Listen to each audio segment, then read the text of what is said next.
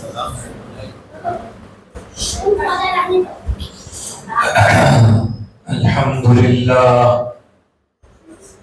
لله وكفى والصلاة والسلام على رسوله وحبيبه سيدنا محمد المصطفى وعلى آله سفينة النجاة وأصحابه نجوم الهدى وعلى أولياء أمته مصابيح الصدق والصفا. أما بعد، أعوذ بالله من الشيطان الرجيم. بسم الله الرحمن الرحيم. إن الذين آمنوا وعملوا الصالحات سيجعل لهم الرحمن ودا. وقال تعالى في شأن حبيبه تعظيما وتكريما: إن الله وملائكته يصلون على النبي يا أيها الذين آمنوا صلوا عليه وسلموا تسليما. اللهم صل على سيدنا محمد وعلى آله وأصحابه وأزواجه وذرياته وأهل بيته وعترته وأولياء أمته أجمعين.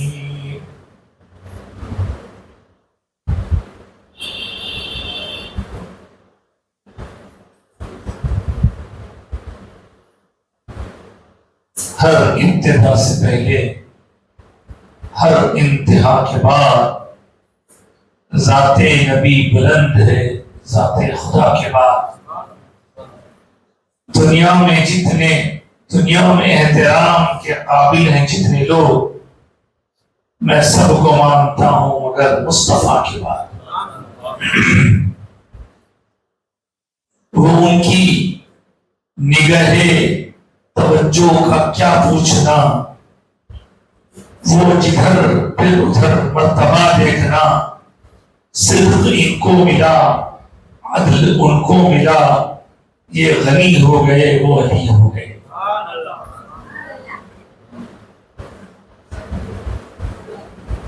مسجد قادر دولہ کی اس بزرگان ملت، عزیزان گرامی، نوجوان ساتھیوں، پیارے بچوں، اور ہماری آواز اگر پہنچائی جا رہی ہے تو اس آواز کو سماعت کرنے والی مقدس ماؤں اور شفیق بہنوں، اللہ رب العزت نے اپنے نبیوں کے سلسلے کو ہمارے آقا حضور اکرم صلی اللہ علیہ وسلم پر مکمل کر دیا.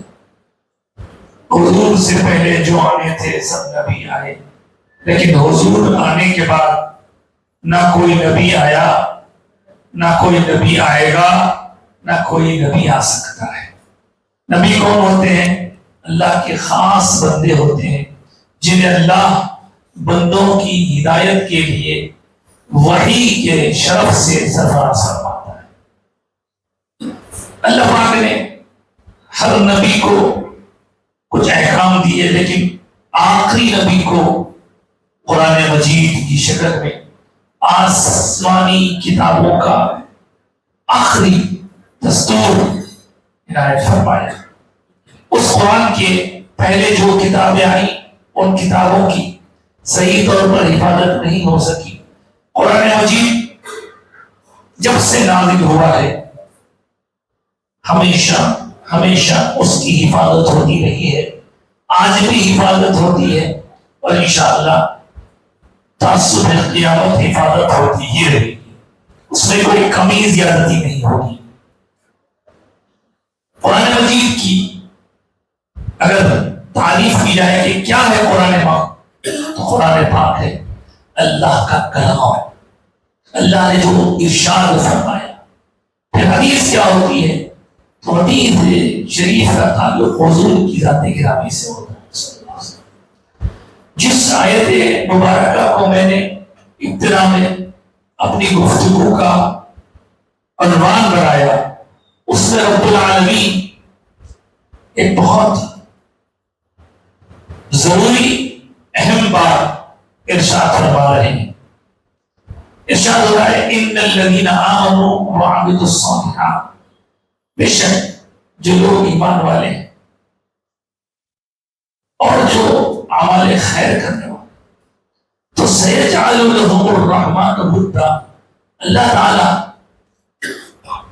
ان کے بارے میں لوگوں کے دلوں میں محبت پیدا کر دیتا ہے۔ اس آیت کا تعلق سورہ مریم سے، اس کا شان نزول، اس کی تفصیلات تو بہت کچھ ہے، لیکن اتنا یاد رکھیے کہ اس آیت کریمہ میں محبت کی بات کی گئی ہے۔ جن لوگوں کے بارے میں اللہ محبت پیدا کر دیتا ہے دلوں میں، وہ کون لوگ ہیں؟ وہ صاحبان ایمان ہیں، وہ اللہ والے ہیں، اور اللہ والوں میں سب کو معلوم ہے ساری کائنات میں سب سے بڑا اونچا مرتبہ حضور اکرم صلی اللہ علیہ وسلم کا۔ اب حضور کی تشریف آوری کے بعد جتنے لوگ آئیں گے قیامت تک، یہ سب کے سب حضور کی امت کہلائیں گے۔ اس امت رسول اللہ صلی اللہ علیہ وسلم میں بہت سے اچھے نیک نیک لوگ آئیں گے، لیکن ان سارے نیک لوگوں میں جو آئیں گے آتے رہیں گے، ان سب میں سب سے اونچا مرتبہ اللہ تبارک و تعالیٰ نے اپنے محبوب کریم صلی اللہ علیہ وآلہ وسلم کی صحبت پانے والوں کا رکھا ہے۔ حضور کی جنہوں نے صحبت پائی، حضور کے قریبی لوگ، اور سرکار کی صحبت پانے والے خوش نصیبوں کو، ایمان کے ساتھ جنہوں نے صحبت پائی، انہیں صحبت سے ملتے جلتے ورڈ سے ہی یاد کیا جاتا ہے، صحبت سے صحابی بنا۔ اب صحابہ کتنے ہیں؟ بے شمار ہیں، لیکن آج کی تاریخ میں کوئی صحابی موجود نہیں ہے، نہ کوئی صحابی بن سکتا ہے۔ جس کو بننا تھا وہ سب کے سب حضور کو حضور کی خدمت میں رہ کر دیکھ لیے، ایمان کے ساتھ وہ صحابی بن گئے۔ اب کوئی اور صحابی نہیں بن سکتا۔ تو پتہ چلا پوری امت میں سب سے اونچے مرتبے والے اللہ تعالیٰ کی طرف سے چنے ہوئے لوگ وہ ہیں جنہیں حضور کی خدمت کے لیے، حضور کی صحبت کے لیے چنا گیا۔ اب ان میں بھی بہت لاکھ سے زیادہ ہے، اور تقریباً حضور پاک علیہ السلام کے وصال پاک کے 100 سال کے بعد کوئی صحابی موجود نہیں رہا، سب اللہ کو پیارے بیٹی والے۔ لیکن ان میں بھی کیٹیگریز بنے ہوئے، بتلایا گیا کہ جو لوگ فتح مکہ کے بعد حضور کی بارگاہ میں حاضر ہو کر ایمان والے بنے، وہ بھی صحابی ہیں، وہ بھی جنتی ہیں، ان کا بھی مقام بلند ہے۔ لیکن ان سے بڑا مرتبہ ان لوگوں کا ہے جو مکہ فتح ہونے سے پہلے اسلام لائے۔ پھر جو مکہ فتح ہونے سے پہلے اسلام لائے، ان میں بھی ان کا مرتبہ زیادہ بڑا ہے، جو صلح حدیبیہ سن 6 ہجری میں معاہدہ ہوا تھا اس میں شریک ہوئے۔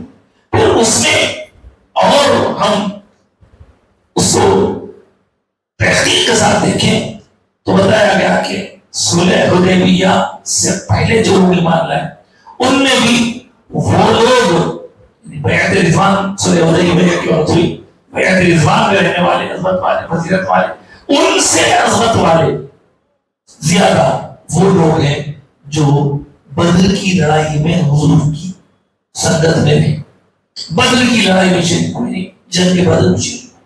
اور جنگ بدر میں جو شریک ہوئے ان میں سے بھی سلیکٹ کریں تو 10 افراد ایسے ہیں جن کو عشرہ مبشرہ کہتے ہیں۔ پھر ان میں اور سلیکٹ کریں تو 10 عشرہ مبشرہ میں سے سلیکٹ کریں تو بچیں گے خلفائے راشدین جو ہماری مسجدوں میں لکھے رہتے ہیں، ان خلفائے راشدین میں سے بھی یہ سلیکٹ کریں گے تو آپ کو معلوم ہے سب سے اونچا مرتبہ جس شخصیت کا ہے اس شخصیت کو حضرت سیدنا ابو بکر صدیق رضی اللہ تعالیٰ کو کہا جاتا ہے.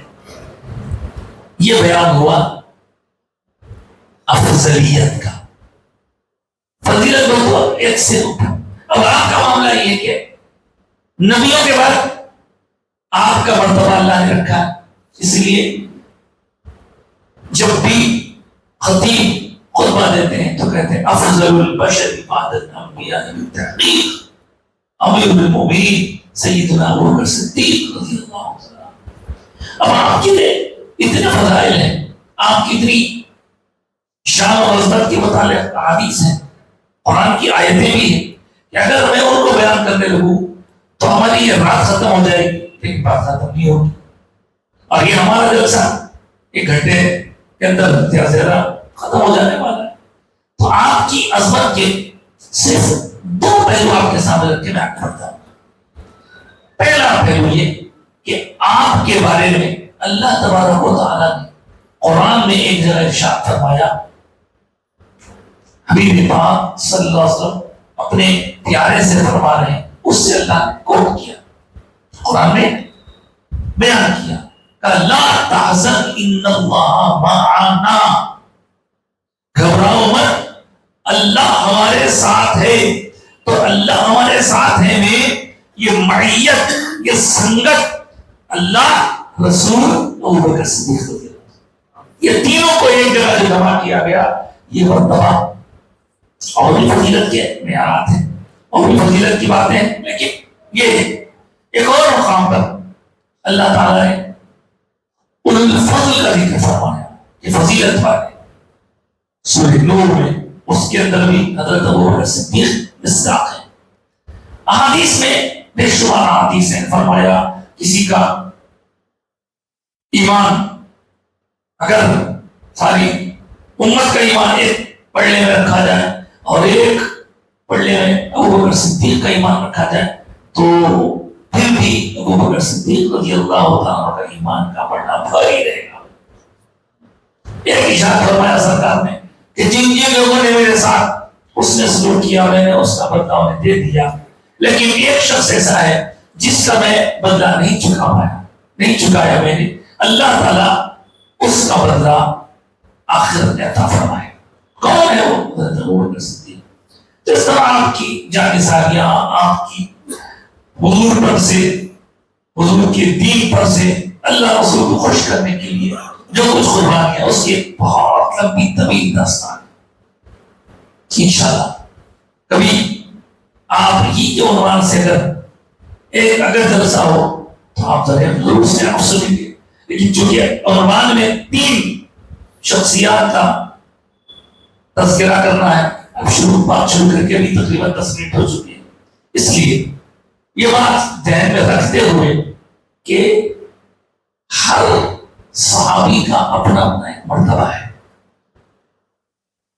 لیکن ہر ایک کی اپنی اپنی شان ہے. سب ایک ساتھ صحابی ہونے کے ناطے سب برابر ایک اینگل سے, لیکن مرتبے کے حساب سے الگ الگ. جیسے امام صاحب نماز پڑھا رہے ہیں, ان کے پیچھے کھڑے ہوئے صف میں آپ لوگ بھی ہیں, جن کو لکھنا پڑھا گیا تھا وہ بھی ہے, جو پڑھے لکھے وہ بھی ہیں, جو عالم بھی ہیں, حافظ بھی ہیں, محدث بھی ہیں, مفتی بھی ہیں. تو امام صاحب کے پیچھے جتنے ہیں سب ایک نظر میں دیکھا جائے تو مصلی ہونے کے ناطے برابر. اسی طرح حضور کے صحابی ہونے کے ناطے سب برابر ہے, لیکن پھر جیسا فرض علم کی وجہ سے حافظ صاحب کی فضیلت الگ, مفتی صاحب کی فضیلت الگ, اسی طرح حضرت ابو بکر صدیق رضی اللہ تعالیٰ عنہ کی شان اپنی جدا گانا ہے. حضرت عمر فاروق کے فضائل الگ بیان کیے گئے, کتب احادیث میں الگ الگ باقاعدہ ابواب چیپٹرز ہوتے ہیں, تو ان چیپٹرز میں ہر ایک کی اپنی شان بیان کی جاتی ہے. اب حضرت عمر فاروق رضی اللہ تعالیٰ عنہ کے بارے میں آپ سنتے ہیں کہ حضور نے ارشاد فرمایا جس راستے سے عمر آتے ہیں شیطان اپنا راستہ بدل دیا کرتا ہے. ایسی بہت ساری آپ کی فضیلتیں ہیں. حضرت عثمان غنی کی فضیلتیں ہیں, آپ کی شان ہے، لیکن یہاں یہ بات یاد رہے، ایک شخصیت کی فضیلت بیان کرنے سے دوسری شخصیت کی فضیلت کو ٹھیس نہیں پہنچتی. یہ اپنی شان والے، وہ اپنی شان والے. ہاں مرتبہ امت کو بتا دیا گیا. اہل سنت والجماعت کا عقیدہ ہے کہ حضرت ابوبکر صدیق پہلے خلیفہ، پھر حضرت عمر دوسرے خلیفہ، حضرت عثمان تیسرے خلیفہ، حضرت علی چوتھے خلیفہ. خلافت کی ترتیب کے اعتبار سے فضیلت کی ترتیب بھی بنا دی گئی. اب اس کے بعد لوگوں نے تو اور سب ہے، لیکن حضرت علی کے بعد حضرت علی رضی اللہ تعالیٰ عنہ کی الگ کچھ خصوصیات ہیں. ان کا اگر بیان کیا جائے تو کوئی یہ نہ سمجھے کہ کسی اور شخصیت کے بارے میں ہم بیان کر رہے ہیں، بلکہ احادیث کی کتب کو غور سے مطالعہ کرنے پر پتہ چلتا ہے. بڑے بڑے محدثین نے لکھا ہے کہ جتنے فضائل کتب حدیث میں، جتنے فضائل کتب حدیث میں حضرت مولا کائنات سیدنا علی کے آئے ہیں، کسی اور نہیں ہیں. اس لیے کہ آپ کو معلوم ہے حضرت علی رضی اللہ تعالیٰ عنہ پیدا ہونے کے بعد سے جو حضور کے ساتھ آپ کا تعلق ہے، تو حضور اقدس صلی اللہ علیہ وسلم کے وصال فرمانے تک حضور کے ساتھ. پھر وہاں سے آپ نے دور اول دیکھا، خلیفہ اول کا، خلیفہ دوم کا دور دیکھا، خلیفہ سوم کا دور دیکھا. حضور کے وصال فرمانے کے بعد 30 سال بعد، تقریباً 30 سال بعد آپ کی شہادت ہو. تو اس پیریڈ میں بعد کے ادوار میں تو آپ کی الگ الگ خدمات ہیں، لیکن حضور کے رہنے تک حضور کی آپ کے ساتھ جو رشتہ داری تھی، رشتہ داریاں مضبوط ہوتی رہی. لیکن ایک روایت ہم کو ایسی بھی ملتی ہے کہ جب حضرت مولا علی شیر خدا کی ولادت ہوئی تو ٹھیک ہے، روایتیں الگ الگ ہیں، لیکن اس بارے میں اہل سنت کی کتابوں میں بھی صراحت ملتی ہے کہ حضرت علی رضی اللہ تعالیٰ عنہ کی امی جان، نام ان کا حضرت فاطمہ بنت اسد رضی اللہ تعالیٰ، وہ دن ان کے قریب تھے. اس دوران طواف کے لیے گئی. جب طواف کے لیے گئی تو ان پر وہ کیفیت شروع ہو گئی جو ڈلیوری قریب ہوتی ہے. تو لوگ گھر کو لے آنے کے بجائے دور تھا، دروازہ کعبے کا کھول کے وہاں بٹھا دیے. تو وہیں پر کعبے کے اندر روایتوں کے مطابق حضرت علی رضی اللہ تعالیٰ کی ولادت ہوئی. اس لیے آپ کو مولود کعبہ بھی کہتے ہیں. کچھ لوگ نہیں مانتے، ٹھیک ہے،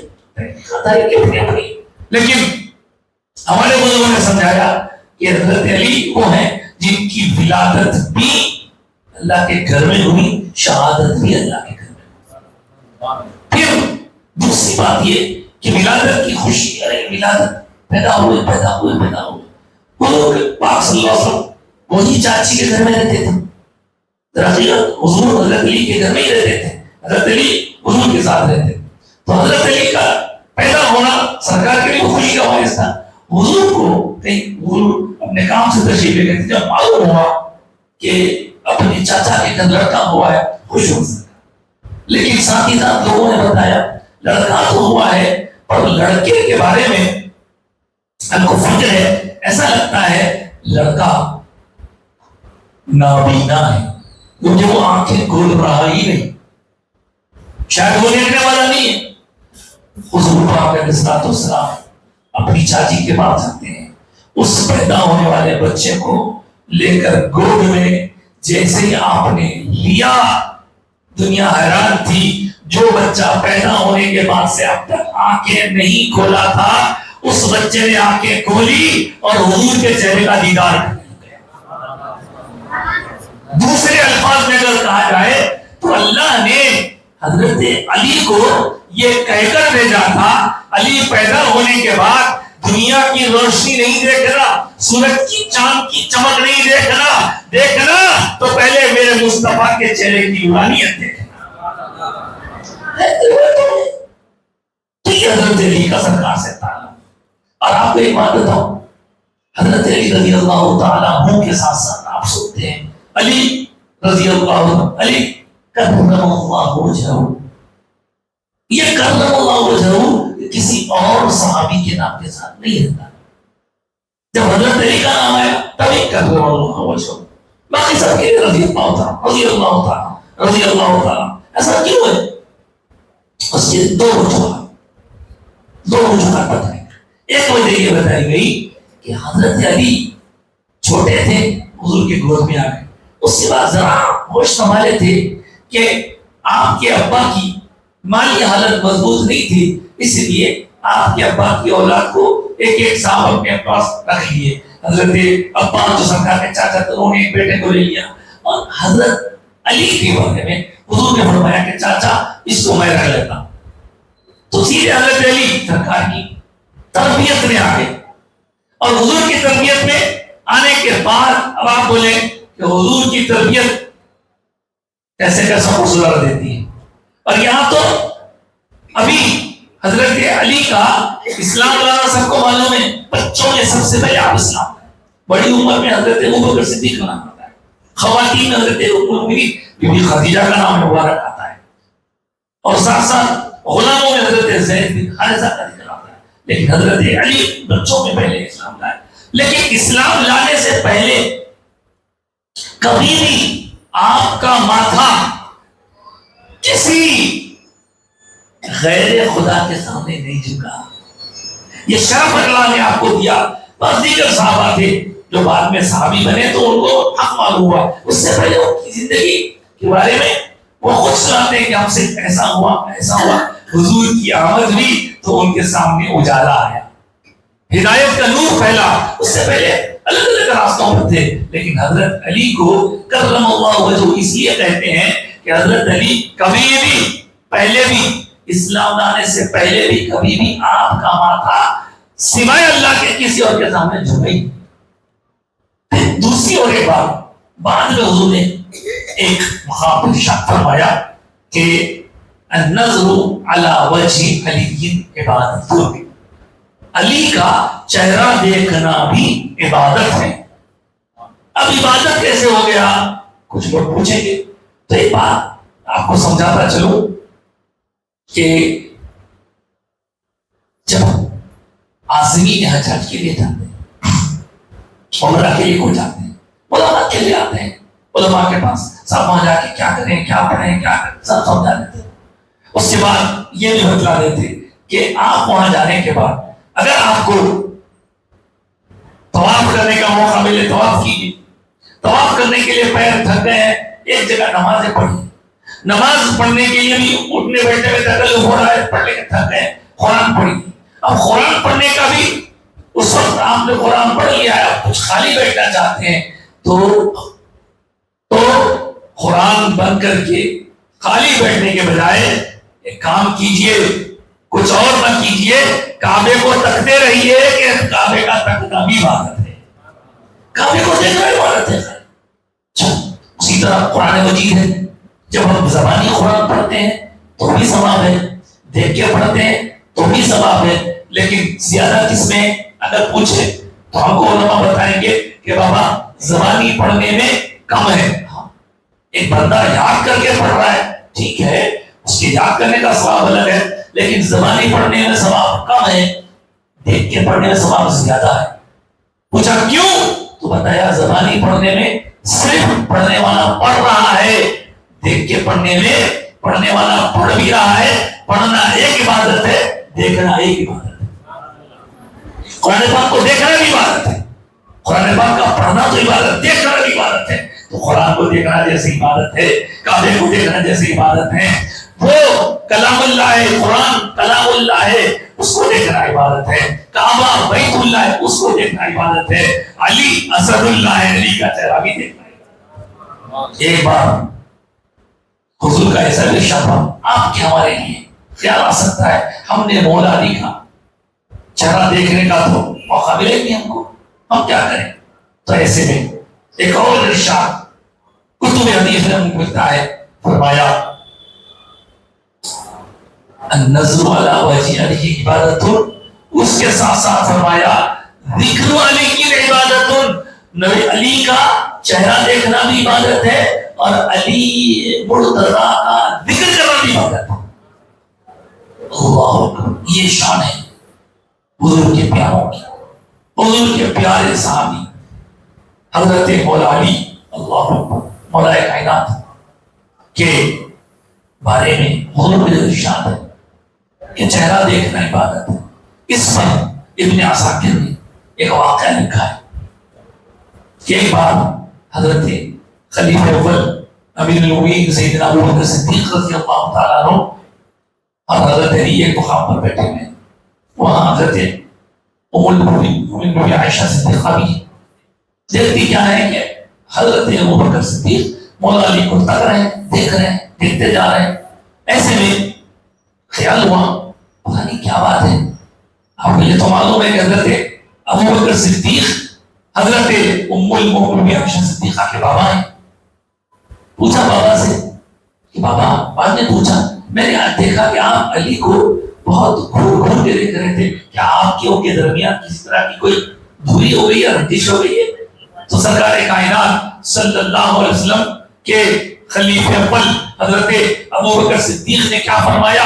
فرمایا نہیں عائشہ، ایسی بات نہیں ہے جو تم سوچ رہی ہو، بلکہ جب سے میں نے میرے آقا کا یہ ارشاد سنا ہے کہ علی کا چہرہ دیکھنا عبادت ہے، تب سے میں جب بھی موقع ملتا ہے علی کے چہرے کو دیکھنے لگتا ہوں تاکہ عبادت میں مصروف ہو جاؤں۔ ایک اور بات یاد آئی اسی موقع پر، حضور اقدس صلی اللہ علیہ وسلم ایک مقام پر تشریف فرما ہے، حضور کے ساتھ صحابہ کرام کی کہکشاں ہے۔ صحابہ کرام اتنے ہیں کہ جگہ تنگ ہے، حضرت ابو بکر صدیق سرکار کے بازو بیٹھے ہیں، جیسا ہمیشہ بیٹھا کرتے تھے۔ اس دوران حضور نے حضرت علی کو کسی کام سے بھیجا تھا، جب حضرت علی کام سے واپس آئے، آ کر آپ نے آنے کا ارادہ کیا تو اندر کمرے میں کوئی جگہ ہی نہیں، تو حضور کے ساتھ بیٹھے تھے صحابہ حضور کی قربت، حضور کی سنگت اور حضور کی قریبی جگہ کو چھوڑنا نہیں چاہ رہے کوئی بھی، کیونکہ سرکار کے قریب رہنا بڑا شرف کی بات۔ حضرت علی ادھر دیکھے ادھر دیکھے، کئی جگہ نہیں ملی، حضرت علی ادھر دیکھ رہے ادھر دیکھ رہے، اب وہیں جہاں جگہ تھی پیچھے سب کے بیٹھنا ہی چاہ رہے تھے کہ حضور کے بازو بیٹھے حضرت حضور سے کھڑے ہو بولے علی وہاں نہیں، ادھر آؤ ادھر آؤ۔ اب وہاں سے حضرت علی کو بلایا اور اپنی جگہ کو اپنے آپ کو تنگ کر کے اپنے آپ کو تھوڑا سا سمٹ کر جگہ نکالی اور حضرت علی کو اپنے پاس سرکار کے اپنے درمیان بٹھا لیا۔ یہ پورا منظر حضور ملاحظہ فرما رہے ہیں، حضرت علی کا آنا ملاحظہ فرما رہے ہیں، صحابہ کرام کا اپنی جگہوں پر بیٹھنا ملاحظہ فرما رہے ہیں، حضرت علی کا ادھر ادھر دیکھ کر وہیں بیٹھنے کا ارادہ فرمانا، یہ بھی ملاحظہ فرما، کچھ نہیں فرمائے سرکار، صرف ملاحظہ فرما رہے ہیں۔ اس دوران حضرت ابو بکر صدیق کا اٹھنا بھی ملاحظہ کیا، حضرت ابو بکر صدیق نے حضرت مولا کائنات کو بلایا، وہ بھی ملاحظہ کیا، بلا کر بٹھایا، وہ بھی ملاحظہ کیا۔ سب کچھ ملاحظہ فرمانے کے بعد جب سب بیٹھ گئے، حضور نے ارشاد فرمایا، جو سب ملاحظہ فرما رہے تھے، فضیلت والے ہی فضیلت والوں کی فضیلت کو جانا کرتے ہیں، فضیلت والوں کی فضیلت کو مانتے ہیں۔ تو پتا چلا حضرت ابو بکر بھی فضیلت والے ہیں، حضرت مولا علی بھی فضیلت والے ہیں۔ ہاں، اگر خلافت کے اعتبار سے، چونکہ آپ کو پہلی خلافت کی وجہ سے خلیفہ اول کہا جاتا ہے حضرت ابو بکر صدیق کو، اس طرح ان بزرگوں کے درمیان ایسی محبتیں تھیں۔ آپ کو معلوم ہے حضرت ابو بکر صدیق رضی اللہ تعالیٰ عنہ حضرت علی کے درمیان ایسی محبت تھی کہ ایک مرتبہ حضرت حسن کو دیکھا آپ نے، حضرت ابو بکر صدیق نے گود میں اٹھائے، چومنے لگے اور کہنے لگے ارے یہ تو علی، یہ تم پر نہیں گئے، یہ اپنے نانا پر گئے ہیں۔ مطلب حضرت حسن کا چہرہ مبارک حضور سے زیادہ مشابہ تھا۔ اس طرح بہت محبت آپس میں ہر معاملے میں۔ تو اب موجودہ دور میں جس طرح کے فتنے اٹھ رہے ہیں، ان فتنوں سے اللہ کو بچائے رکھے، ہمارے دلوں میں تمام تر صحابہ کی عظمت، ادب، احترام، خاص طور سے جو خلفائے راشدین ہیں، ان کو تو ہم اتنا دلوں سے پیار کرتے ہیں کہ ہماری مسجدوں میں قبلہ رخ کی دیوار پر 4 نام لکھ کے لگاتے ہیں بہت سے مقامات پر اور بھی نام رہتے ہیں، لیکن یہ 4 ہے نا اہل سنت والجماعت کی مسجد ہونے کی علامت۔ کوئی اگر آ جائے اس کو بتانے کی ضرورت نہ پیش آئے کہ صاحب یہ مسجد اہل سنت کی ہے، یا ابو بکر صدیق کا ادب ہوتا ہے، یا عمر فاروق کی تعظیم ہوتی ہے، یا عثمان غنی رضی اللہ تعالیٰ عنہ کا تقدس مانا جاتا ہے، یا مولا کائنات کے اوپر بارے نیارے ہوتے ہیں، یہ چاروں ہمارے مسجد کے محراب والی دیوار پر اسی لیے لکھے رہتے ہیں کہ ان سے عقیدت و محبت ہماری پہچان ہے۔ اب آپ دیکھیں مولا کائنات اب حضرت علی رضی اللہ تعالیٰ عنہ کی تو کیا سرکار سے قربت ہے، اللہ کیا چاہتا ہے، حضور کتنا محبت کرتے ہیں، بے شمار واقعات ہیں۔ ہجرت کا واقعہ دہرانے کی ضرورت نہیں، صرف اشارہ کر دوں گا، حضور نے حضرت علی کو اپنی جگہ آرام کرنے کا حکم دیا اور حضرت ابو بکر صدیق کے ساتھ سفر فرمایا۔ ان کی بھی ایک عظیم خدمت ہے، ان کی بھی عظیم خدمت ہے۔ اور اس وقت جب کہ حضرت مولا علی حضور کے بستر پر آرام فرما رہے ہیں، سرکار کے گھر کو پورے کافروں نے گھیر لیا ہے اور ارادہ ہے کہ جیسے ہی سرکار باہر نکلے حملہ کریں اور شہید کر دیں۔ دیکھ رہے ہیں دور سے کھڑکی میں سے ہاں سو رہے، حالانکہ ان کو نہیں معلوم سرکار نہیں سو رہے، سرکار کی جگہ حضرت علی سو رہے ہیں۔ حضور تو کے درمیان سے نکل گئے، ان کو پتہ بھی نہیں چلا۔ تو ادھر بھی خدمت ادھر بھی خدمت۔ حضرت علی کے اس رات آرام فرمانے پر آسمانوں میں فرشتے بھی حیران تھے، واہ علی کی کیا ہمت ہے، کیا ان کا شجاعت ہے، کیا بہادری ہے، کیا دلیری ہے۔ معلوم ہے کہ پورے گھر کے اطراف تلوار لیے ہوئے لوگ حملہ کرنے کی انتظار میں ہیں اور وہ حضور کے بستر پہ آرام سے سو رہے۔ کسی نے عالم خیال میں پوچھ بھی لیا، بعد میں پوچھا علی ذرا بتاؤ تو صحیح، جس رات آقائے کائنات نے آپ کو بستر پر سلایا تھا اس وقت آپ کو نیند بھی آئی کہ نہیں آئی؟ حیرت، پریشانی، فکر، اندیشے، خطرے؟ تو حضرت مولا کائنات نے اپنے عالم خیال میں فرمایا، ارے نادان، اس رات مجھے جتنی آرام کی سکون کی نیند آئی مجھے زندگی میں کبھی ایسی سکون کی نہیں آئی۔ ہاں یہ کیا بات ہوئی؟ آخر اس وقت سکون کیسے؟ اس وقت تو حیرت، پریشانی، فکر۔ تو جواب یہی کہ ہر وقت جب علی سویا کرتے تو فکر لاحق ہوتی پتانی رات میں کوئی موت آ جائے، موت کا فرشتہ آ جائے، لیکن اس دن رسول پاک صلی اللہ علیہ وسلم نے حضرت علی کو حکم دیا، علی یہاں سو جاؤ، تمہیں صبح اٹھنا ہے، یہ میں نے جو تمہیں امانتیں کافروں کی سونپی ہے، ان امانتوں کو تمہیں ان تک پہنچانا ہے، ان امانتوں کو پہنچانے کے بعد پھر آ کر ہم سے راستے میں ملاقات کرنا ہے۔ جب میں نے یہ سنا تو مجھے یقین ہو گیا آج رات دنیا ادھر کی ادھر ہو سکتی ہے، قیامت آ سکتی ہے، خدا کی قسم علی کو موت نہیں آ سکتی۔ اس لیے کہ مصطفیٰ نے زندگی کی ضمانت دی۔ صبح اٹھنا ہے، ہر آدمی سوتے وقت کیا دعا کرتا ہے؟ اللہم بسمک مت واحیا، یا اللہ تیرا نام لے کے میں مرتا ہوں، میں جیتا ہوں۔ مرنا جینا ہے، صبح اٹھے تو کیا دعا کرتے ہیں؟ الحمدللہ، اللہ کی تعریف ہے، الذی احیانا، جس نے ہمیں زندہ کیا، بعد ما اماتنا، جبکہ تم کو مار دیا تھا۔ سونا بھی موت ہے، آدھی موت ہے، سانس چلتے رہتے، خالی سانس، دل کی دھڑکن، دماغ چلتے رہتا، باقی سب سکون۔ اگر سوتے سوتے سو گئے کوئی موت ہے، تو اس وقت موت نہیں آئی، حضرت علی نے یہ مار دیا۔ حضرت علی رضی اللہ تعالیٰ عنہ جب صبح اٹھے تو لوگوں نے پھر آپ کو تنگ کیا، پوچھا کہا مجھے کیا معلوم، مجھے میرے آقا نے حکم دیا، میں حکم کی تعمیل کر رہا ہوں۔ ادھر ایک خدمت ہے، ادھر صدیق اکبر اپنی جانی ساری کی اللہ خدمت انجام دے رہے ہیں، ادھر بھی خدمت ہے ادھر بھی خدمت ہے۔ نہ وہ ہم سے ہماری محبتوں سے الگ ہو سکتے ہیں، نہ یہ ہماری محبتوں سے الگ ہو سکتے ہیں۔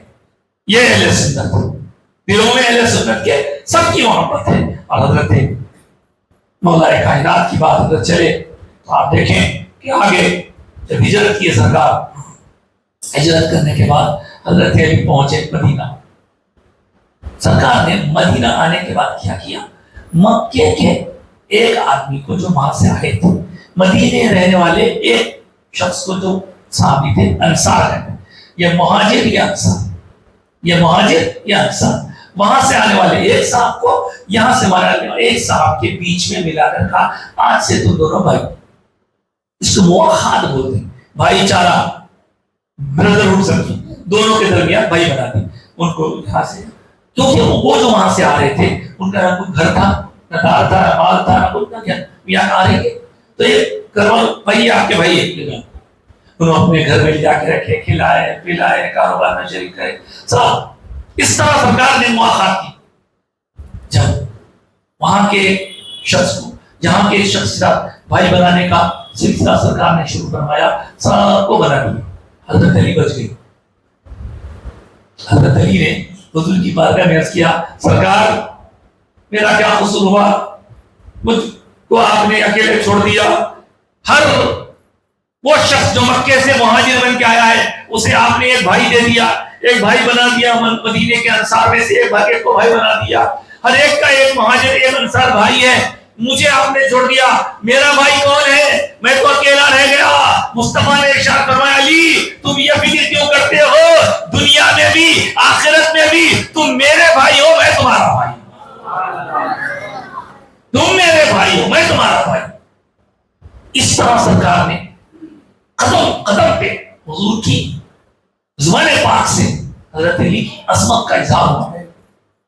ایک مقام پر جب سرکار پاک علیہ السلام کی خدمت بابرکت میں ایک پرندے کا گوشت آیا، اس گوشت کو حضور کی خدمت میں پیش کیا گیا، حضور تناول فرمائے، سرکار تناول فرمانے کا ارادہ کیے، کرنے سے پہلے دعا کریں یا اللہ میں چاہتا ہوں کہ یہ اکیلا نہ کھاؤں، تیری مخلوق میں جو تجھے سب سے پیارا ہے تو اپنے چہیتے بندے کو میرے پاس بھیج دے تاکہ میں اس کے ساتھ بیٹھ کے ہم دونوں اس کا گوشت کھائیں۔ یہ دعا ادھر ختم ہی نہیں ہوئی، ادھر حضرت مولا علی کو اللہ بھیج دیا، اللہ کے پیارے، رسول کے پیارے۔ اس طرح کی بہت روایتیں، اور یہ بھی یاد رکھیے یہ ساری روایتیں یہ کسی ان کی کتابوں سے نہیں، یہ کتب حدیث سے بیان کی جا رہی ہیں، پوری ذمہ داری سے عرض کر رہا ہوں۔ یہی مولا علی قدم قدم پہ سرکار جن کی عظمت کا اعلان فرما رہے ہیں، جن کی محبت کا اعلان فرما رہے ہیں، آگے چلیں تو ایک وقت وہ بھی آیا جب رشتے کی بات ہوئی، حضرت بی بی فاطمہ کے رشتے کی بات ہوئی، تو اس وقت سرکار کی خدمت میں حضرت سیدہ کائنات بی بی فاطمہ زہرا کے لیے رشتہ دینے والے ایک مولا علی نہیں تھے، آپ سے پہلے اور بھی لوگ تھے، انہوں نے رشتہ دیا، حضور نے ان کو اگنور کر دیا، پھر رشتہ آیا اگنور کر دیا، پھر رشتہ آیا اگنور کر دیا، پھر رشتہ آیا اگنور کر دیا، اس کے بعد پھر حضرت علی کا رشتہ آیا، حضرت علی کو انہی صحابہ کرام نے تیار کیا، ابو بکر نے حضرت عمر میں آپ کیوں نہیں بولتے رشتے کے لیے، تو جب حضرت علی نے رشتہ دیا سرکار کی بارگاہ میں عرض کیا تو حضور نے اسے قبول فرمایا، اور ارشاد ہوا کہ ان دونوں کا عقد اللہ تعالیٰ کی طرف سے مقرر ہوا ہے، ان دونوں کا رشتہ اللہ نے فرمایا ہے۔ جی ہاں، پھر ان کی جو اولاد ہوئی، لا الہ الا اللہ، سبحان اللہ، جو اولاد ہوئی وہ اہل بیت اطہار کہلاتی ہے، حضرت فاطمہ، حضرت علی کی جو اولاد پاک ہے، حضرت حسن ہے، حضرت حسین ہے، تو یہ مولا علی تو قدم قدم پر حضور اپنی عنایتوں سے نواز رہے ہیں۔ ایک وقت وہ بھی آیا جب جنگیں ہو رہی ہیں، جنگ پہلی جنگ ہوئی تو اس میں کوئی آگے جانے تیار نہیں ہے، ہر ایک کو فکر ہے، لیکن حضور نے جب آواز لگائی تو حضرت علی آگے بڑھے۔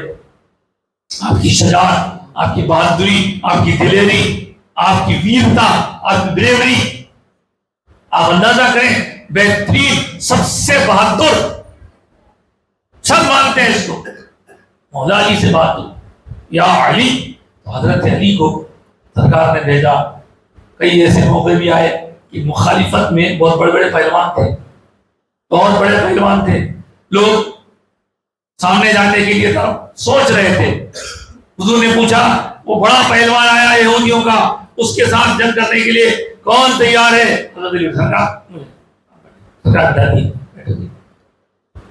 پھر اعلان کیا کون ہے اس کا مقابلہ کرنے والا، ہے کوئی نہیں اٹھ رہا، آپ دو تین مرتبہ بٹھائے، اس کے بعد بولے کوئی تیاری نہیں ہے، ٹھیک ہے علی جاؤ. علی جانتے ہو کون ہے وہ؟ بہت بڑا پہلوان ہے، مذہب ہے اس کا نام. آپ کی دعائیں میرے ساتھ، آپ کی دعائیں، آپ کی کچھ تو نہیں ہے میرے ساتھ. جا کے دونوں کے درمیان جب ہوا مارکا، اتنی دھول اڑی، اتنی دھول اڑی، لوگ دور سے دیکھ رہے، دھول اڑ رہی خالی جنگ میں. یہ صاحب یہ کوئی پب جی گیم نہیں ہے، یہ کوئی شٹل کاک کا گیم نہیں ہے، یہ ٹیبل ٹینس کی جنگ ہے.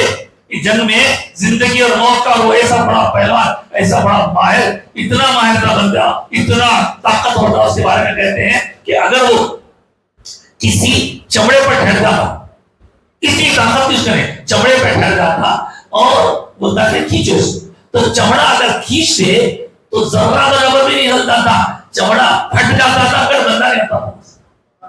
اتنا مضبوط آدمی تھا. لیکن حضرت علی نے سرکار کی دعا لے کر اسے تحقیق کیا. جب اس کا سر رکھ کیا تو سارے صحابہ میں جوش، نعرہ تکبیر بلند ہوا اور سب سمجھ گئے کہ علی وہ ہیں جن سے کوئی ٹکر نہیں لے سکتا، کوئی ٹکر نہیں لے سکتا. جنگی معاملات میں اتنے ماہرات، اتنے طاقتور.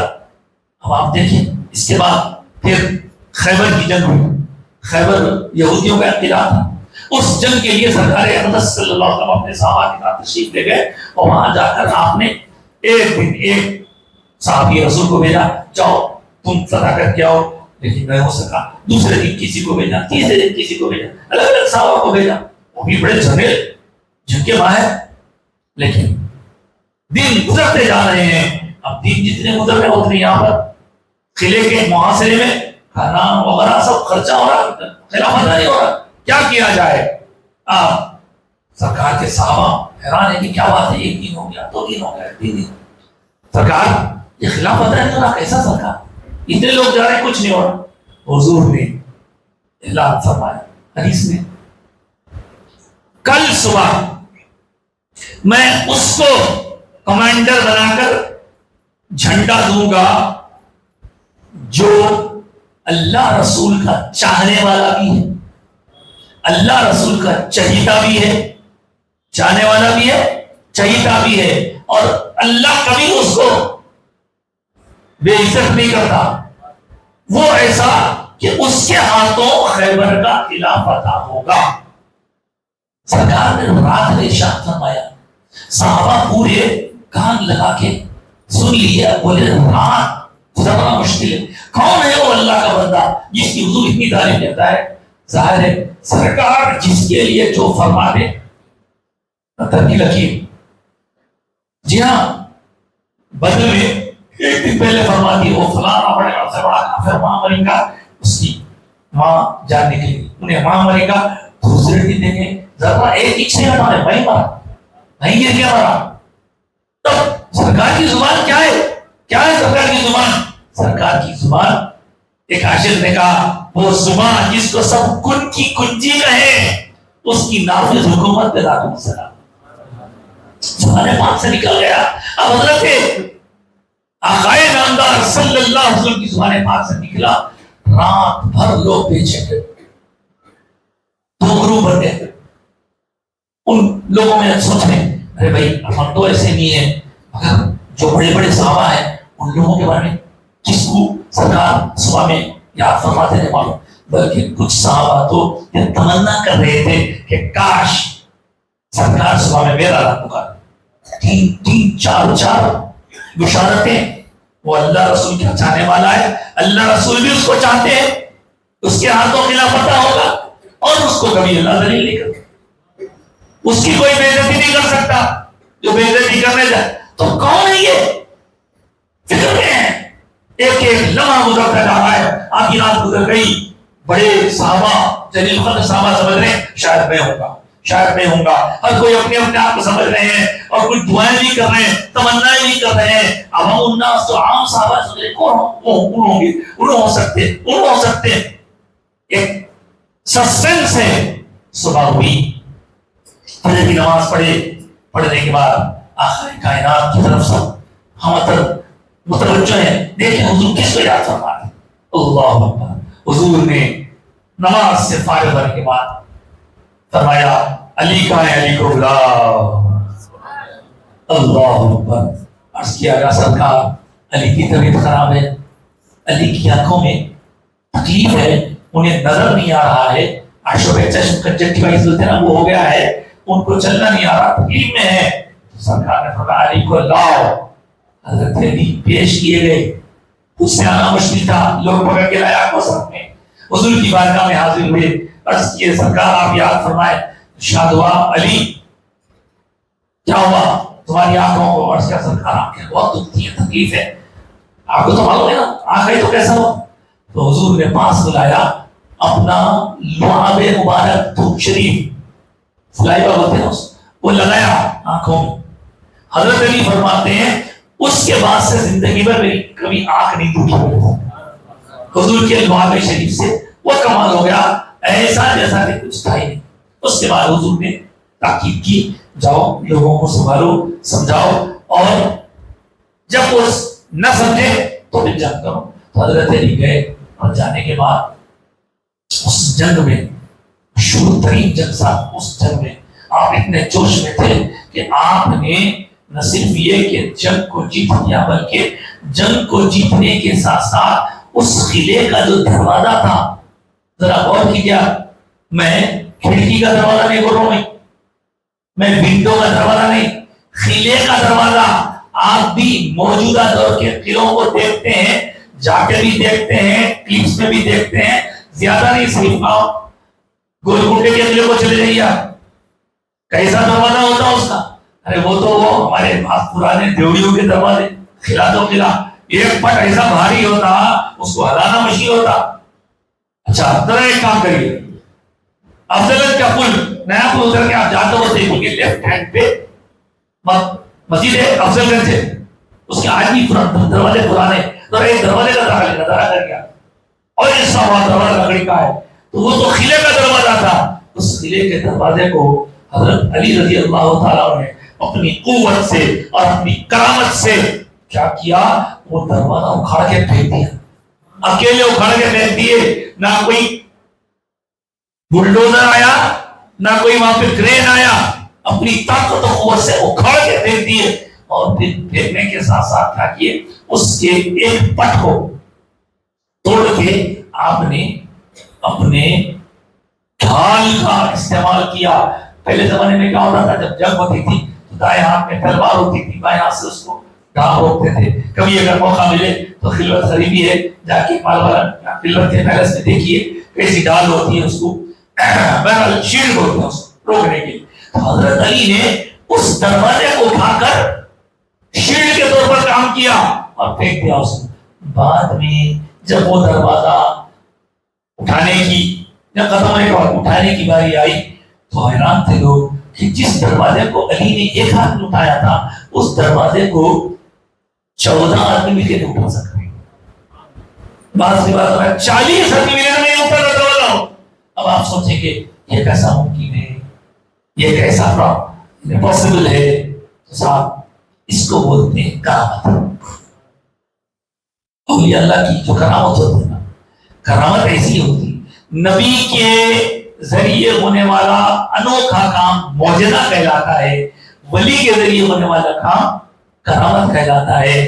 وہاں بھی طاقت اللہ کی ہوتی ہے، یہاں بھی طاقت اللہ کی ہوتی ہے، اس کا ظہور نبی سے ہوتا ہے، اس کا ظہور ولی سے ہوتا ہے، اور ان دونوں کے بارے میں اہل سنت والجماعت کا عقیدہ ہے۔ بے شک معجزہ بھی ہوتا ہے اور کرامت بھی ہوتی ہے، اور کرامت کے طور پر مولا علی نے پٹ کو اٹھا کر پھینک دیا، اور اس طرح آپ کی فتح کے جھنڈے بڑھ گئے، اور آپ کو اسی لیے فاتح خیبر کہا جاتا ہے۔ حضرات گرامی، یہ مولا علی جن کی طاقت کا اندازہ کوئی نہ کر سکے، اور پھر اس کے ساتھ ساتھ آپ دیکھیں گے کہ حضور کی خدمت میں، حضور کی ہمیشہ خدمت میں، لیکن ایک دفعہ ایسا ہوا، ایک جنگ تھی، جنگ تبوک، اس جنگ کے موقع پر سرکار نے صحابہ کے ساتھ جانے کا ارادہ فرمایا، اور حضرت علی سے فرمایا علی تمہیں یہیں رہنا ہے۔ حضرت علی سرکار میں تو جنگ، جدال، قتال، شجاعت، بہادری، میرے کو تو یہ پسند ہے، میں تو آپ کے ساتھ چل کے اسلام کی خدمت کرنا چاہتا ہوں، لیکن آپ مجھے بچوں عورتوں میں چھوڑے جا رہے ہیں۔ تو حضور نے فرمایا کہ اے علی، یاد رکھو، کیا تم اس بات سے راضی نہیں کہ تم اور میں، کیا تم اس بات سے خوش نہیں کہ میرا اور تمہارا تعلق ویسا ہی ہے جیسا کہ موسیٰ اور ہارون کا تعلق تھا؟ حضرت موسیٰ، حضرت ہارون، سرکار نے فرمایا ہم اتنے قریبی ہیں، فرق صرف اتنا ہے کہ وہاں موسیٰ کے بعد ہارون نبی بنائے گئے تھے، میرے بعد کوئی نبی بننے والا نہیں ہے۔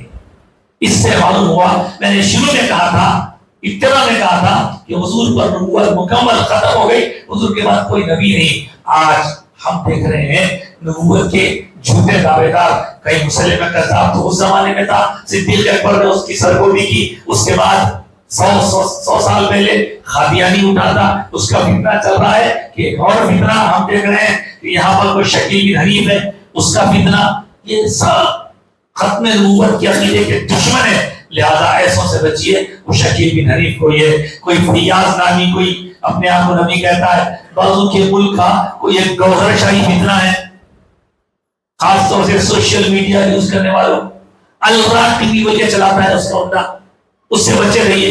ان سب چیزوں کے ساتھ ساتھ ہمارے حیدرآباد میں ملے پلی سے مہدی پٹنم کو جاتے وقت میں آپ سری نگر روڈ پر، آصف نگر پیر سے تھوڑا آگے بڑھے بعد سیدھے ہاتھ پہ ایک اور مقام ہے جس کو لوگ سرور عالم، خانقاہ سرور عالم نام رکھ لیے ہیں۔ وہاں ایک صاحب رہتے تھے صدیق دیندار راوی، ان کا بھی معاملہ پورا چوپٹ ہے، معاذ اللہ استغفر اللہ، ان کے عقائد لوگوں کو معلوم نہیں ہے، اس لیے لوگ جانتے نہیں۔ تو ایسے تمام فتنے، ان سے ہوشیار رہنے کی ضرورت ہے۔ حضرت عمر فاروق کے بارے میں سرکار نے فرمایا تھا میرے بعد اگر کوئی نبی ہوتے تو عمر ہوتے، لیکن میرے بعد کوئی نبی نہیں۔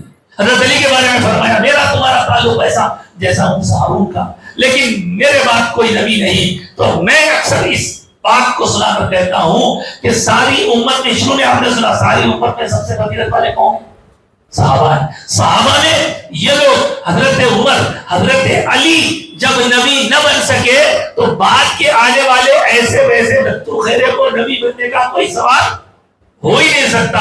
اور یہ بھی یاد رکھ لیجئے، حضرت امام اعظم ابو حنیفہ کا بتایا مسئلہ ہے کہ اگر کوئی جھوٹا نبی پیدا ہو، اس سے جا کے کوئی پوچھے آپ نبی ہیں کیا؟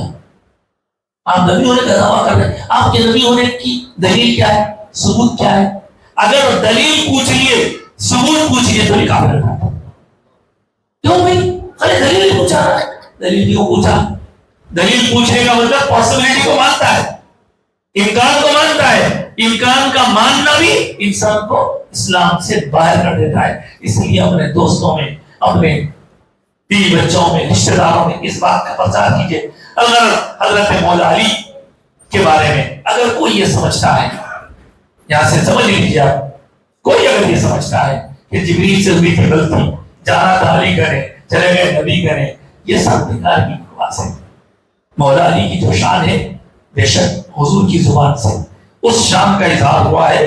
حضرت مولا علی کے بارے میں ایک بات ضرور یاد رکھیے، حضرت مولا علی خود قسم کھا کے کہتے ہیں، سرکار نے میرے سے ارشاد فرمایا علی تم عیسیٰ جیسے ہو، تمہاری مثال حضرت عیسیٰ علیہ السلام جیسی۔ ابھی موسیٰ و ہارون کا ذکر ہوا علیہ السلام، اب حضرت عیسیٰ کا ذکر ہوا حضرت علی کے بارے سے، فرمایا تمہاری مثال عیسیٰ کے جیسی ہے کہ کچھ لوگوں نے ان کو بڑھایا تو اتنا بڑھایا کہ خدا کا بیٹا بنا دیا، اور کچھ لوگوں نے ان کا انکار کیا تو اتنا انکار کیا، اتنا ان کے مخالف بنے کہ ان کو جا کر سولی پہ چڑھانے کے لیے تیار ہو گئے۔ یہ اور بات ہے کہ اللہ نے سولی پہ چڑھنے سے پہلے حضرت عیسیٰ کو آسمانوں پر اٹھا لیا۔ تو حضرت عیسیٰ کے بارے میں 3 گروہ، ایک بہت چڑھا دینے والا، ایک بالکل گھٹا دینے والا، ایک بیچ درمیانی۔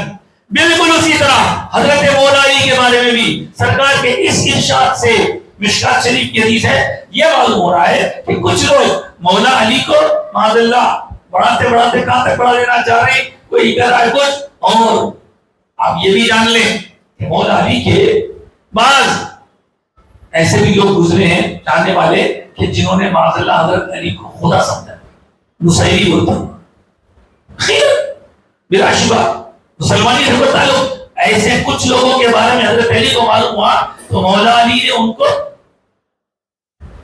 قتل کروا دیا، ان کو سزا دی. تو ایک طرف تو بڑھانے والے ایسے تو اتنا بڑھا رہے، دوسری طرف کچھ لوگ ایسے بھی ہیں، ذرا ان کا بھی حل سن لیجیے، بات ختم کر رہا ہوں. کچھ لوگ ایسے بھی ہیں جو حضرت مولا علی کا ذکر سننے کو ناگواری اختیار کرتے ہیں. جیسے ہی حضرت مولا علی کا ذکر ہو، مولا علی کی شان بیان ہو تو سمجھتے ہیں کہ بھائی یہ تو شیعوں کا معاملہ ہے. محرم کی بات ہو، یہ شیعوں کا میٹر ہے. محرم کے جلسے کریں، واقعات کربلا سے، ارے بھائی اس سے ہمارا کیا تعلق. یاد رکھیے ہم مولا علی سے محبت کسی کو بتانے یا کسی کے لیے نہیں کرتے. مولا علی سے محبت اللہ کے لیے ہے، رسول اللہ کے لیے ہے. اور جس آیت کو میں نے عنوان نے سخن بنایا اس میں بھی تو یہ بتایا جا رہا ہے، اور اس آیت کو بھی بعض مفسرین نے کہا کہ یہ مولا علی کے حق میں نازل ہوئی ہے کہ اللہ ان کے بارے میں دلوں میں عوام کی محبت پیدا کر دیتا ہے. تو مولا علی کے چاہنے والے ہر زمانے میں رہے، مخالف بھی رہے. تو جو لوگ مولا علی کے مقام و مرتبے کو گھٹانے کی فکر کرے یا مولا علی کے مقام کو بڑھانے کی، یہ دونوں بھی ہٹے ہوئے سرکے ہوئے. اور سرکار نے جو فرمایا حضرت علی کے بارے میں فرمایا، انا مدینہ العلم وعلی بابها، انا دار الحکمت وعلی بابها، میں علم کا شہر ہوں، میں علم کا در، میں علم و حکمت کا ایک شہر ہوں، سٹی ہوں، اور علی اس کا دروازہ. پھر یہ بھی فرمایا، آپ یہاں تو سنیں، آپ نے یہ بھی فرمایا جس کسی کو چاہیے علم تو اسے چاہیے کہ دروازے سے آئے. مقصد مولا علی کے ذریعے یہی وجہ ہے.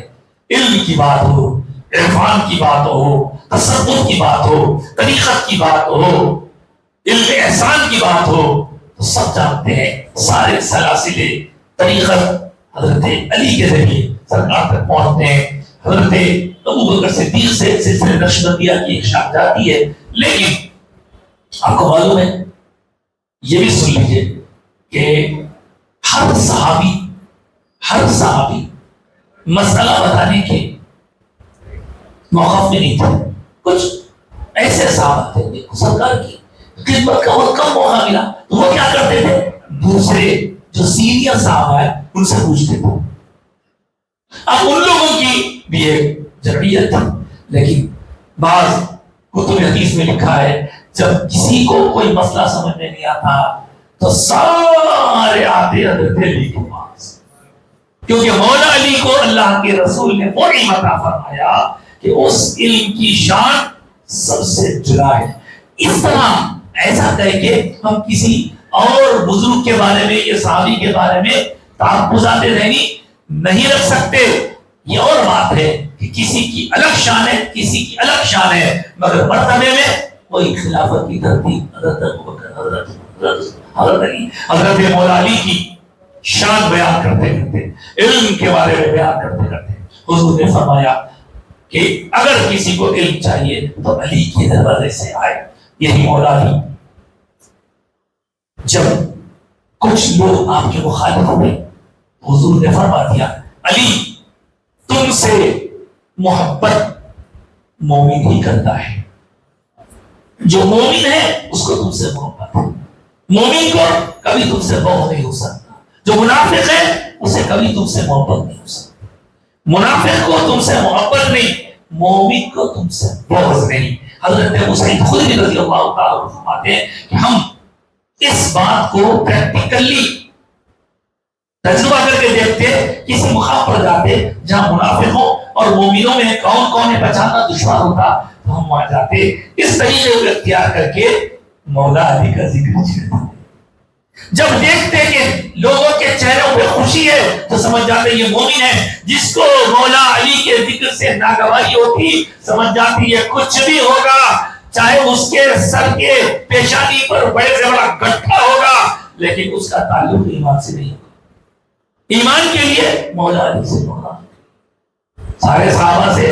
اب یہاں ہو کیا رہا ہے کہ کچھ لوگ صحابہ کو پڑھ کے ہاں مولا علی کو چھوڑ دیں، حسن حسین کو چھوڑ دیں، کچھ لوگ مولا علی حسن حسین کو صحابہ کو چھوڑ دیں. یہ اہل سنت والجماعت ہے. اہل سنت والجماعت میں ہمارے باوجود فرمایا کرتے کہ بابا ہمارا تعلق ایسا ہے سرکار سے جیسے ایک پرندے کے دو پر ہوتے ہیں، ایک پر سے کوئی پرندہ نہیں اڑ سکتا، بالکل اسی طرح سمجھانے کے لیے ہمارے ایمانی پرواز کے لیے بھی دو پر ہیں. ایک پر عظمت و محبت صحابہ کا ہے اور دوسرا پر محبت اہل بیت کا ہے. یہ چھوڑے تو ایک پر سے نہیں اڑ سکتے، یہ چھوڑے تو ایک پر سے نہیں اڑ سکتے. اس طرح مولا علی کے بارے میں اگر کوئی بدگمانی رکھتا ہے، اس کا ذہن صاف نہیں ہے، تو اسے چاہیے کہ سب سے پہلے توبہ کرے. اس لیے کہ کچھ لوگ سرکار کے سامنے شکایت کریں حضرت علی کے بارے میں، ان کی اپنی نظر میں کچھ گڑبڑ تھی تو انہوں نے سمجھا کہ حضرت علی نے ایسا کرنا تھا، ایسا کیا.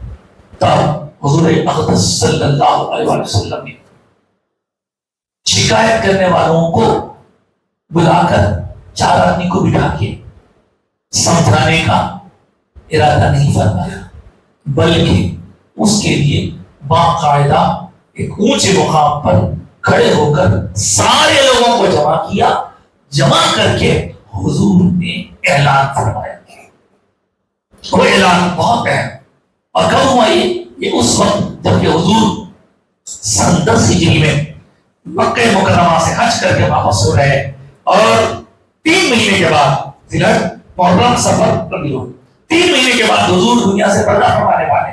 اس وقت آپ نے سن 10 ہجری ختم ہو رہی ہے، 11 ہجری شروع ہونے والی ہے. ذی الحجہ کے مہینے میں آقائے کائنات نے اونچے مقام پر کھڑے ہو کر سب لوگوں کے سامنے اعلان فرمایا، لوگو تم جانتے ہو میں کون ہوں؟ سرکار ہے. کیا میں تمہاری جانوں سے زیادہ عزیز ہوں؟ بے شک سرکار ہماری جانوں سے زیادہ عزیز ہے. آپ ہمارے ایمان ہے، آپ کے اوپر جان قربان ہے. بار بار پوچھا کیا میں تمہاری جانوں سے زیادہ عزیز نہیں ہوں؟ بے شک ہے سرکار آپ تو ہماری جانوں سے عزیز فرماتے ہیں. النبی اولیٰ بالمؤمنین. جب لوگوں سے اقرار کروا لیا تو پھر اس کے بعد اعلان کا ارشاد ہوا کہ لوگوں جب تم مجھے اپنی جانوں سے زیادہ عزیز سمجھتے ہو تو سنو. حضرت علی بابو ٹھہرے تھے، ان کا دست مقدس، ان کا ہاتھ پکڑا سرکار نے، پکڑ کے اٹھا کر فرمایا جب تم مجھے اپنی جانوں سے عزیز جانتے ہو تو سنو، میں جس کا مولا علی اس کا مولا، من کنت مولا فہذا علی مولا. اللہ اکبر. جب یہ اعلان ہوا تو حضرت عمر فاروق بھی خوش ہوئے، خوش ہو کے گودے اٹھائے تاکہ بھلے جھومنے لگے. علی آج تو تمہارا وہ مقام معلوم ہوا ہمیں کہ سارے مومنوں کے تم مولا بن گئے، سارے مومنوں کے مولا. یہاں رک کے سنجیدگی سے بات سنتے جوش ہوش. اس بات کو بازو والے ادھر والے یہ سمجھاتے ہیں کہ بھائی خلافت کا اعلان ہو گیا، پہلے خلیفہ دوسرے کا سبب ہے. یہاں آ کے ڈفرینس ہے. تو ہم یہ کہیں گے یہ خلافت کا اعلان نہیں تھا، یہ ولایت کا اعلان تھا. سرکار آخری نبی ہے، نبوت ختم. اب اس نبوت کے فیض کو باقی رکھنے کے لیے اللہ نے ولایت کو جاری رکھا، اور اس ولایت کا چارج میرے آقا نے مولا علی کو عطا فرمایا. سرکار شہنشاہ نبوت ہیں تو مولا علی کو سرکار نے شہنشاہ ولایت بنا دیا.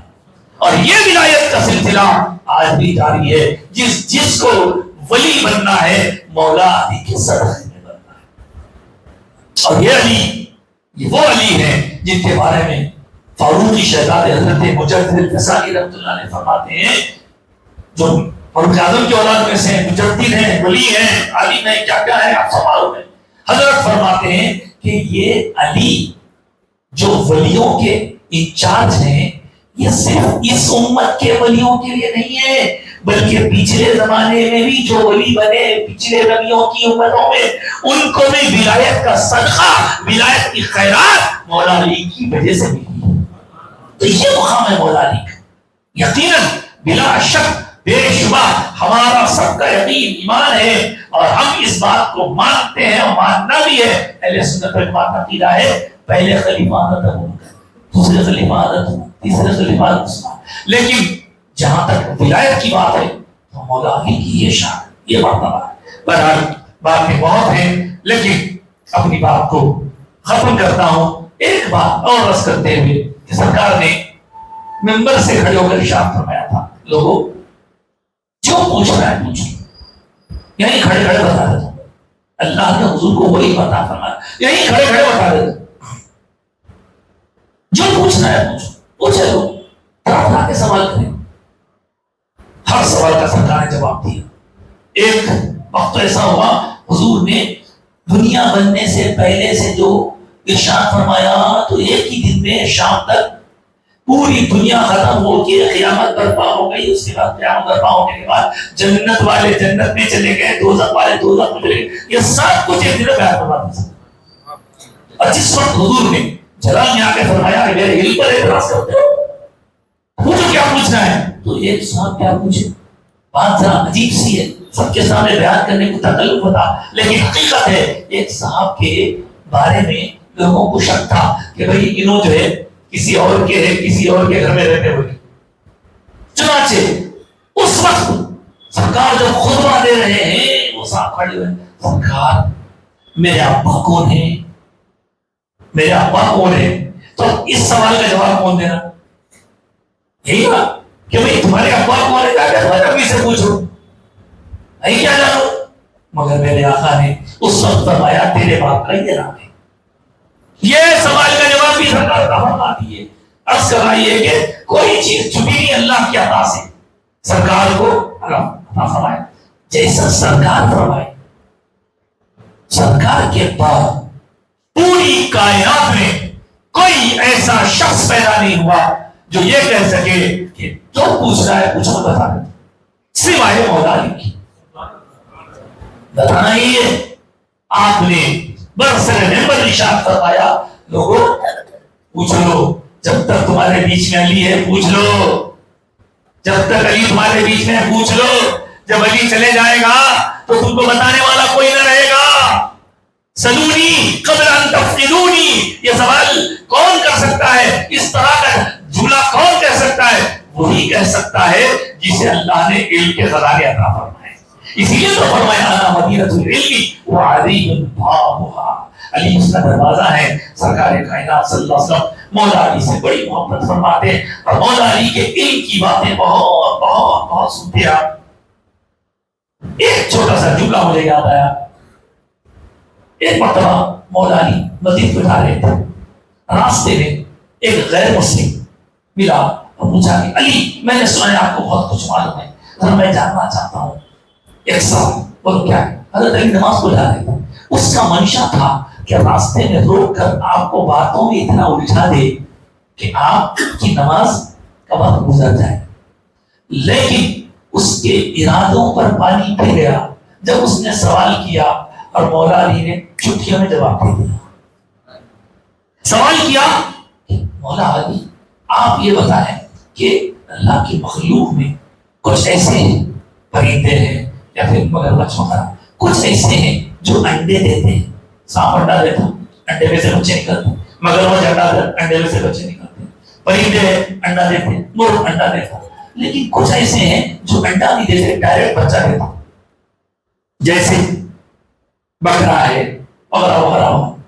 بڑبا بھی ایسے بڑبا کے بھی انڈے نہیں ہوتے ڈائریکٹ. تو اب اس میں آپ مجھے بتائیں کہ کون کون سے جانور انڈے کے ذریعے دنیا میں اپنی نسل چلاتے ہیں، کون کون سے جانور بغیر انڈے کے ڈائریکٹ بچہ جنتے ہیں. اس کا خیال یہ تھا حضرت مولا کائنات ایک ایک ایک ایک گنت جائیں گے، وہ بھی رہتا وہ بھی رہتا یہ بھی رہتا یہ بھی رہتا، اس پہ دور ہو جائیں گی. لیکن قربان جائیں سرکار کائنات نے مولا کائنات کو جو علم عطا فرمایا اس کی کوئی شروعات تک پہنچ سکتا ہے یا اینڈ تک پہنچ سکتا ہے. مولا کائنات نے اسے جاتے جاتے ایک جملے میں فرما دیا، وہ سڑک ہو جاتے رہ گیا. مولا علی نماز کے لیے کھڑے ہو گئے. سوال کیا تھا آپ نے سن لیا، جواب کیا دیا. فرمایا ارے نادان اتنا آسان سوال تو پوچھتا ہے بچے کون دیتے ہیں، انڈے کون دیتے ہیں؟ سن، جس کے کان باہر ہوتے ہیں وہ بچے دیتے ہیں، جس کے کان اندر ہوتے ہیں وہ انڈے دیتے ہیں. اب آپ زولوجی پڑھتے ہیں، بوٹنی پڑھتے ہیں، جا کے پوری تحقیق کر لیجئے، جو مولا علی نے فرمایا وہ صحیح، ایک ہی جملے میں خسارہ تھا۔ تو یہ ہے مولا علی کا علم، اللہ تعالیٰ ہم پر رحم فرمائے۔ اب اس مولا علی کی اولاد جو دنیا میں پھیلی، کہاں کہاں کیا کیا کیسے کیسے سلسلے پہلے اسلام کی ترویج و اشاعت کے لیے، اور پھر کسی نے تسلیم و رضا کی خاطر اپنی جان گنوائی، اپنا گلا کٹوایا، اپنے خاندان کو لٹایا، کیوں؟ اسلام کی خاطر۔ اور کسی نے اسلام کی خاطر اپنا جیلان چھوڑا علم کی خاطر، اور بغداد کی سرزمین سے قدمی ہادی راغبتی کلی وحی اللہ فرمایا، اور کسی نے سرکار کی حکم پر ہندوستان کی سرزمین پہنچ کر عطائے رسول بن کر، نائب النبی بن کر، ہند الولی بن کر، سلطان الہند بن کر، غریب نواز بن کر ہندوستان کی دھرتی کو، وہ دھرتی، وہ فضائیں جو صرف گھنٹوں سے پوجا کرتے تھے، ان فضاؤں کو اذان کی گونج سے بجھوا دیا۔ آج کے جلسے کا عنوان صدیق اکبر بھی ہے، مولا علی بھی ہے، اور مولا علی کے ساتھ غریب نواز بھی ہے۔ اب یہ غریب نواز مولا علی کے پوترے بھی ہیں، نواسے بھی ہیں، یہ حسینی ہے والد کی طرف سے، حسنی امی کی طرف سے۔ تو یہ سب جتنی بہار ہے اسلام کے لیے، اب ہمیں کیا کرنا ہے؟ یہ سب تو سن لیا، چلے گا صاحب ایک گھنٹہ لمبا اچھا بیان کرے، اب کرنا کیا ہے؟ یہ تو سن لیے، محفل جماعت والے جمع کیے، ماشاءاللہ انتظام بھی کیا، روحانی انتظام بھی ہے، جسمانی انتظام بھی ہے، لیکن کرنا کیا ہے؟ کرنا یہ ہے کہ ہمیں اپنے آپ کو پہچاننا ہے، کون ہے آپ، کیوں آئے دنیا میں، کیا کرنا ہے۔ ہم صرف کھانا، کمانا، شادی کرنا، بچے، گھر بنانا، خلاص یہی زندگی سمجھ لی ہے، یہ زندگی نہیں ہے، ایسی زندگی بیکار زندگی ہے۔ اپنی زندگی کا مقصد سمجھو، یا نوجوان بہت ہے، اس لیے عرض کر رہا ہوں، اپنے آپ کو ایم لیس مت کرو، ٹارگیٹ بناؤ، ایک ایم بناؤ۔ کئی نوجوانوں کو جانتا ہوں میں جن کے پاس کوئی ایم نہیں ہے، کیا بابا آگے کیا کرنے والے، دیکھیں گے آگے، 10 پاس ہوا غور کریں گے، انٹر پاس ہوئے تو دیکھیں گے، یہ کیا ہے بھائی؟ ایم بناؤ، راتوں کا جاگنا چھوڑو، دن کا سونا چھوڑو، یہ زبانوں کو، کلوں کو، گٹھوں سے خراب کرنا چھوڑو۔ جس زبان کو اللہ نے اللہ اللہ کے لیے، رسول اللہ کی تعریف و مدح کے لیے بنایا، اس زبان کو گندی مت کرو، سانسوں کو گندی مت کرو، اللہ کے لیے اپنے آپ کو پہچانا۔ آپ کو معلوم ہے جب غریب نواز صاحب یہاں تشریف لائے تھے، صرف 40 آدمی آپ کے ساتھ تھا۔ پچھلے 800 سال میں یہاں پاپولیشن مسلمانوں کا کتنا ہے؟ 40 تھے، چلو 100 تھے ہوں گے، 200 تھے ہوں گے، وہ 200 جا کے آج 20 کروڑ مسلمان انڈیا میں، غیر منقسم انڈیا کی بات نہیں، تقسیم شدہ ہم جب آئے تھے ادھر بھی ادھر بھی، لیکن اب پاکستان کٹ گیا، ادھر بنگلہ دیش چلے گا، سری لنکا چلے گا، لیکن اب ہم کو کرنا کیا ہے؟ خالی نعرے مارنا، جوش جذبات نہیں صاحب، جوش بھی ہونا، خوش بھی ہونا۔ اس لیے اپنی زندگی کا مقصد آپ متعین کیجئے۔ میں اکثر کہتے رہتا ہوں، مجھے اندازہ ہے، بات ختم کر رہا ہوں، اپنے آپ نوجوانوں، بزرگوں سے تو دعائیں لینی ہے، نوجوانوں اپنے آپ کو 3 طرح سے اسٹرانگ بنا، 3 طرح سے۔ فزیکلی اسٹرانگ، جسم مضبوط، کسی کو بچا سکنا، اپنی لگے بھاگ جا رہے، کوئی گر گیا تو مضبوط، جسم مضبوط، فزیکل فٹنس، اس کے لیے وقت پہ سونا، وقت پہ کھانا، یہ کیا کہتے ہیں وہ پیزا برگر، یہ پھسپھسے سب، یہ اڈلی ڈوسے، آپ کیا کھانے والے تھے، کیا کھا رہے ہیں آج کھانا ڈائٹ پہ۔ تو اس طرح اپنے فٹنس، پھر کچھ نہ کچھ گیم اسپورٹ سے، اور اپنے فٹنس کو صحیح رکھو، فزیکلی مضبوط۔ دوسرے ایجوکیشنل پوائنٹ آف ویو سے، تعلیمی اعتبار سے مضبوط۔ تیسرے فائنینشیل، پیسوں کے اعتبار سے مضبوط بنو، تو آپ دوسروں کا ہیلپ بھی کر سکیں گے، دوسروں کی مدد بھی کر سکیں گے۔ آپ مضبوط تو آپ کے آزو بازو مضبوط۔ مسلمان دوسرے مسلمان کے لیے ایک اینٹ کی طرح ہے، دیوار میں ہوگی نا، حضور فرمایا دیوار کی اینٹ جیسی ہوتی، ویسے ایک اینٹ دوسرے اینٹ کو کیا کرتی؟ اسٹرینتھ دیتی۔ اسی طرح ایک مومن دوسرے مومن کے لیے ایسا ہی ہے۔ میری عادت ہے چلتے چلتے کچھ نصیحتیں کرتا ہوں، اور ان کو یاد رکھیے، اپنی زندگی کو بیکار مت کیجیے۔ زندگی ایک بار ملی ہے۔ لوگ بولتے ہیں ارے شادی زندگی ایک بار ہوتی، میں بولتا ہوں موت ایک بار جاتی ہوں۔ شادی کے لیے تو بہت پریپریشن ہوتا، موت کے لیے کیا تیاری، اسلام کے لیے کیا تیاری ہے؟ جن بزرگوں نے ہم سے پہلے حالات دیکھے، انہوں نے محنت کی اور اسلام کی تعلیمات ہم تک پہنچائی۔ آج ہماری باری ہے، اگر ہم نہیں پہنچائیں گے اپنی اولادوں تک اسلامی تعلیمات، تو آنے والی نسلیں اللہ اللہ کو چاہ بن جائیں گی۔ اس وقت ہم سے پوچھو گی تم نے اپنی اولاد کو کیا کیا؟ آج آپ سن رہے ہیں، اس وقت تو غیر تھے تو پیار سے، اخلاق سے، محبت سے غریب نواز اپنا بنائیں۔ آج اپنے بچے بچیاں ڈیش ڈیش ڈیش، آپ کو معلوم نہیں بولتا، سوالوں ہر ایک کی ذمہ داری اللہ تعالیٰ اپنے کرم سے بچائے۔ آج کی یہ محفل ختم ہو رہی ہے اور رجب کی 13ویں لگ گئی ہے۔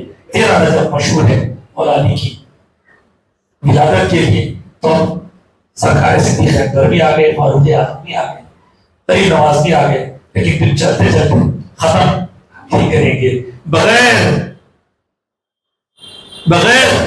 حب علی مدعا نہیں ملتا، بغیر حب علی مدعا نہیں ملتا، عبادتوں کا بھی ہرگز صلہ نہیں ملتا۔ خدا کے بندو سنو غور سے، خدا کی قسم، جسے علی نہیں ملتے خدا نہیں ملتا۔ وما علینا الا البلاغ، وآخر دعوانا